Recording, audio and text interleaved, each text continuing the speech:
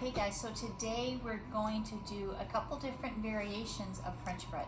So what I have is my 4 loaves of bread.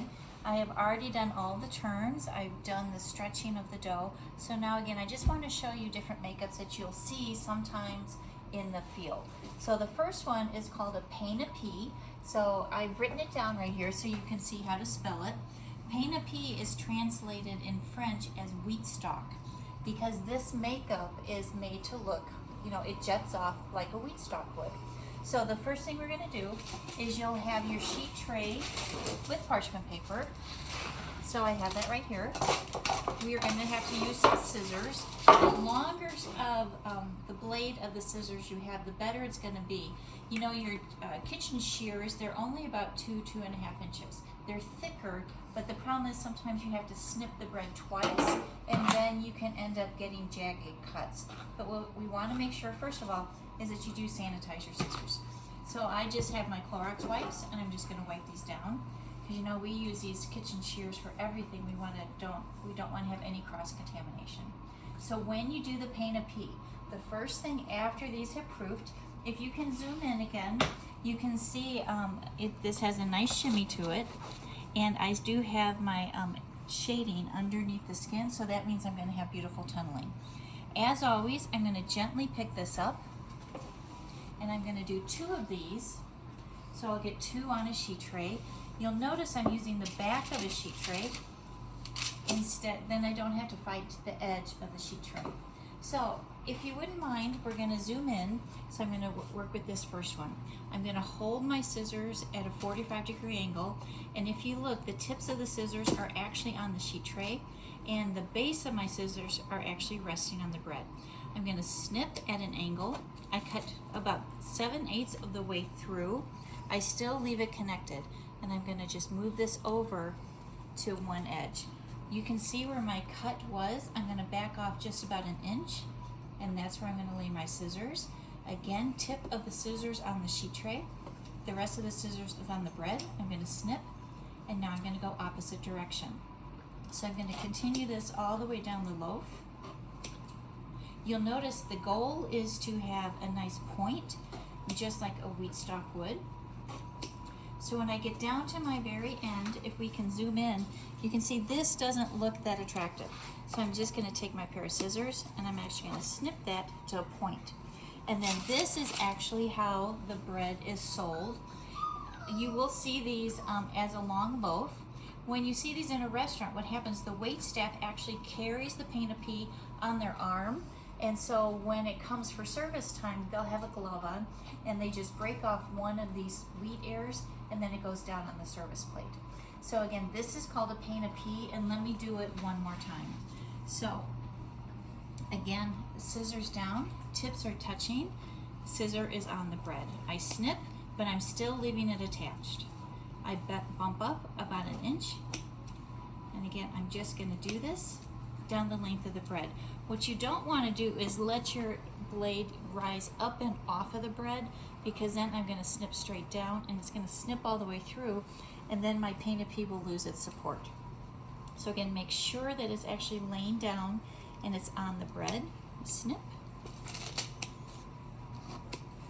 And again, I just want to tie up this piece, so I'm just going to snip that off. And guys, this would be safe for our pâte fermentée, which remember is our old dough, so we would have that for our next day's bake. I'm just going to set this aside while I do my other 2 makeups. So the next one I'm going to do is the Lion crown. I wrote that down also. We'll take the pain à pie away.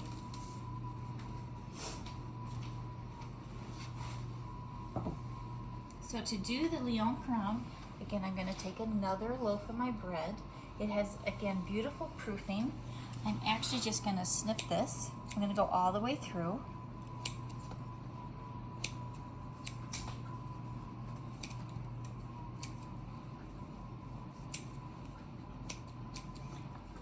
I'm looking for about 8 pieces, so I have it. Now what I want to do is just do a quick tight boule. Because I have a little flour in it, if it doesn't want to boule, just kind of stretch it with your hands, fold it back, And remember, this is the interim shape, so it's just gonna make it easier for me. So again, I'm just stretching it. I'm gonna pinch it, and then I'm gonna let this rest while I get my sheet tray ready. This is actually, it's called a Lion crown. It comes from the village of Lyon in Paris. And the crown, just because it is in a rounded shape. This one takes just a little bit more handwork because again, we do have to go ahead and boule these. And then we're gonna have to take our rolling pin and we're actually gonna roll each dinner roll and kind of fold it over. So you're gonna see it's gonna look a little bit like a baseball cap, and then I'm gonna fold the flap over. These are beautiful though, and again, each one of these individuals will just serve as a dinner roll. So I have this, okay, and again, you can see my boules aren't quite perfect, but it's not gonna matter because I'm gonna use my rolling pin. So I have a little bit of flour, and Jeff, if you wouldn't mind to zoom right in, I'm gonna put my rolling pin halfway on my dough, and I'm actually just gonna roll this. I'm gonna flatten just one side of it. Again, if it sticks a little, just flour it. So you can see I have half of it is quite thick, and then the other half I rolled quite thin, and this is why to me it kind of looks like a baseball cap. I'm gonna spritz this with water, and then I'm gonna take the part that I've rolled, and I'm gonna flip it all the way over. So you can see I have the fat end, and then I have just flipped this over. Now this top part should have a little flour to it, so I'm gonna mist it, and then I'm just gonna dip it right onto my couche where the flour is. I'm gonna do this to all of them, and then I'll show you how we're gonna arrange them.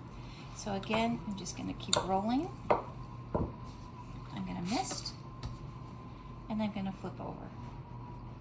Okay, I'm gonna continue this, and I'll meet you back in about 2 minutes. Okay guys, so I have all of my Lion crown. They have been rolled and folded. So now the easy part is just to assemble the crown. So I'm just gonna take these, and as I start to lay them, I'm just gonna put a little dab of water. I need the pocket, the fold, to be facing out. This water is just gonna act as glue. I wouldn't use an egg wash because this is still French bread, and so it should have a nice crunch to the outer edge. And an egg wash, we know it actually softened that.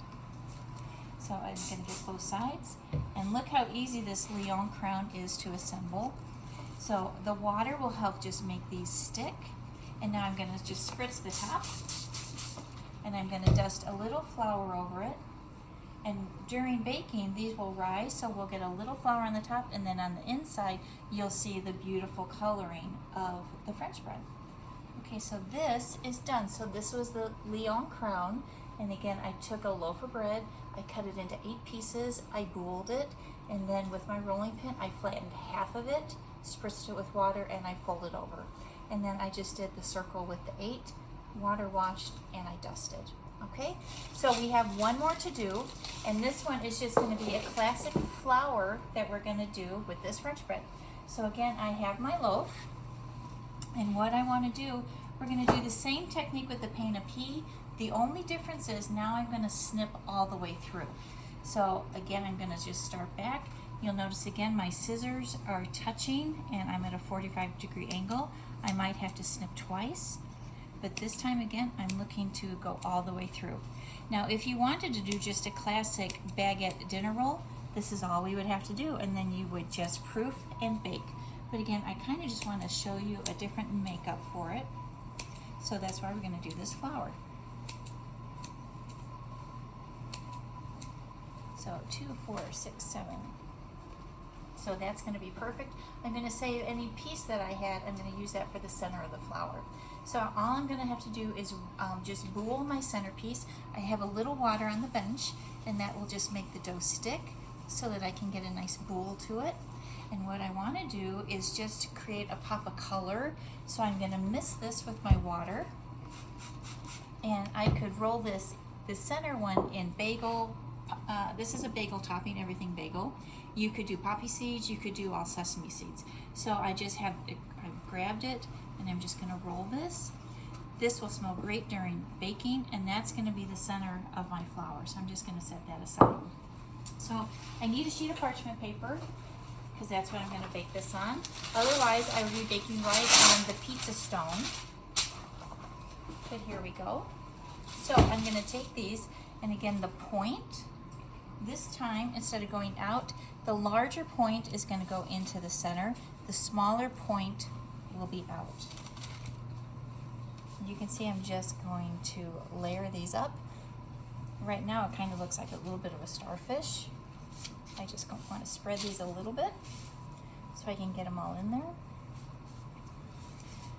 That's perfect. And you can see I've left myself a center. I am going to spritz that with a little water, and then I'm going to put my center right here. So let me just move this over. And guys, this is just simply called a flower, and that's it. So from the makeup of the baguette, we have done the pain à pie, which again is right over here. We have done the Lyon crown, and we've done the flower. So my oven, this is ready to go. So my oven is at 450. We're nice and hot. I'm going to put in 2 of them. So I'm going to bake the Lyon crown and the French bread first. Just like any baguette though, we have to load the oven with some steam. So again, I'm going to spritz the sides. And Jeff, can they see the steam? Can you show that? I'm going to do the back, I'm going to do the sides, and you can see the steam in the oven. And then in 1 more minute, I'm going to come back and steam. And again, internal temp of these doughs, since it is a French bread, we want that tap to it so the crust stays nice and crunchy. I'm going to be about 200, 210 degrees. So you don't have to watch me spritz it again because we've done this before, but in about 20 minutes, I'm going to pull these out, we'll tap them, and then we can take a look at the breads. All right, so everything's out of the oven. So let's take a look. Remember, this is our Lyon crown, and you see how everything is just attached because of that water. Here's our 2 loaves of pain à pie. Now remember, as I told you, the wait staff, they would hold it in their wrist just like this, and they would have a glove on their hand, and then they just break off a piece. It goes on their plate, and then that's the perfect dinner roll size. Pretty nifty. Right? And then this is just our flour that we did. And these have been out now. The flour just came out, and you can hear that tapping. This is the pain à pie tap, and you can see most people think, oh my goodness, this is too dark. But we want that tap. And in Paris, the edges would actually almost be burnt. That's how deep that they will take the crust caramelization. So since these have been out for so long, you can know that we cooked it long enough so that when I break this, you hear that crunch? Oh, yeah. Crunch is beautiful, and I still have nice tunneling on the inside. Look at that tunneling. It's going to be a good loaf of bread. Yum. Okay, so again, Lyon crown, pain à pie, and just our round flour. Okay guys, so this is what we're going to do in the next class. We're going to, actually this would be day 3 of our French bread baguettes, and then remember we're going to make baguettes about 5 times before we end the semester, just because we want our technique perfecto.